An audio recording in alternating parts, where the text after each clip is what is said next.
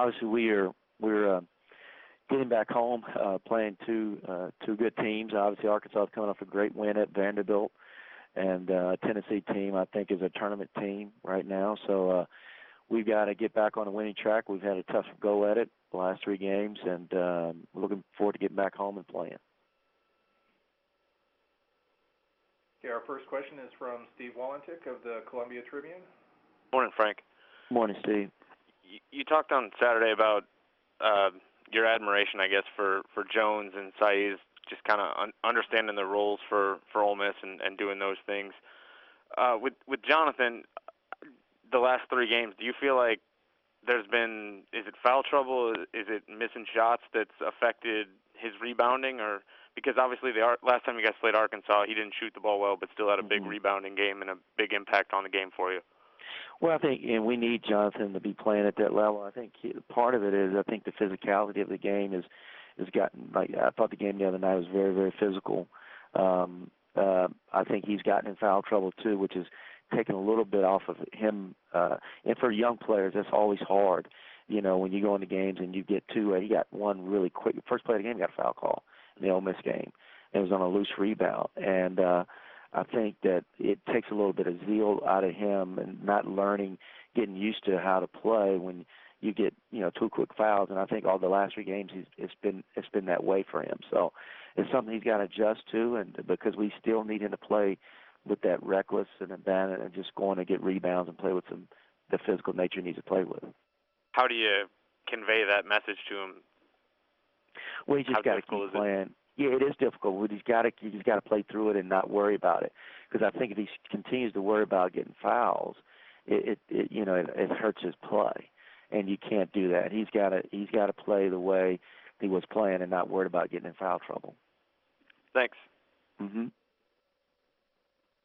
Next is Bob Holt of the Arkansas Democrat-Gazette. Hey, Coach, how you doing? I'm doing great. Arkansas finally got its first road win the other day. Just what do you think that can do for them as they obviously have another tough road game against you guys?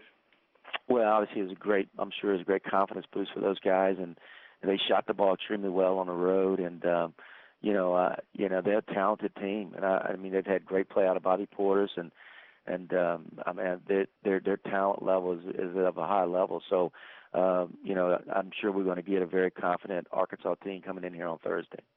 I know I asked about Portis last week, but since then he scored 35 against Alabama. And then the other day he only scored 8, but I think he only took 8 shots. And Mike and Kevin Stallings both talked about Bobby doesn't have to have the ball in his hands to do good things. I don't know if you've seen any film of those games, but what's your take on a guy, a young guy scoring 35, and the next game he's able to not go crazy just because he had a big game the last time out shooting-wise?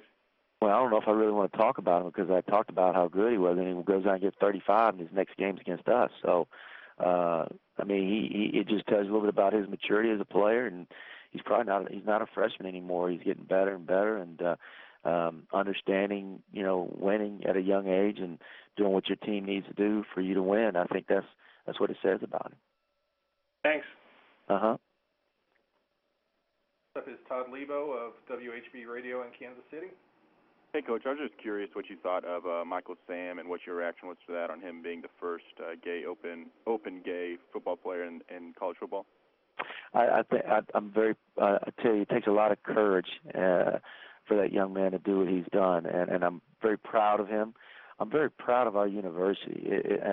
My head is held high this morning, and it's kind of a footprint of how to handle the situation. And you got to give Gary Pinkel, from a leadership standpoint, that locker room, his teammates, and how they've handled it is kind of a blueprint of how everybody should handle a situation like that. And I'm very proud to be a part of this university and a part of our football program being here and being a part of this to see how this was handled within our university.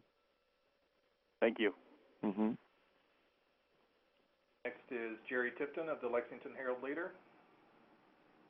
Frank, I noticed, or at least I read, that your loss at Ole Miss, Ernest Ross had a shot, a 3 at the buzzer. It happened not to go in. I think there was another game where one team made the shot, the other team didn't, decided the game. I guess I'm asking, for all the Xing and Oing and coaching, how how much or how often do you feel like it's like the whims of the basketball gods decided on whether a particular shot goes in or not? Jerry, he had made 5 threes in the game, and I thought we had a nice play drawn up because it happened the way we thought it would happen in terms of we had Jabari curling off of him, and both guys went for Jabari, and EJ had a good look at it, and it just ended up being short. And bounces, that's part of the game. And I think as coaches, we look back all those plays before that got to that point, plays we did not make that maybe it didn't have to come down to that last shot. And, the free throw blockout we missed, or the live ball turnover that happened, those unforced errors, because it's a one-possession game. Let's look at, as a coach, let's look at all those other plays. And, but obviously, that bounce didn't go our way. Thanks. Mm-hmm.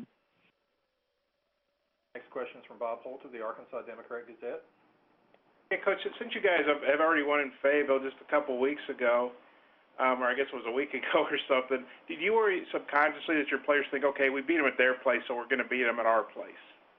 No, that's definitely not how it works. And I was just talking about bounces. We had good bounces in that ball game down the stretch. Made our free throws. Had a big stop. And it was a tight ball game. There's no way we can go into this game thinking that way. We understand we're fortunate to be a good team on the road. Those things are hard to do. We're going to get a very determined, very passionate ball club in here on Thursday, and we got to be ready to play.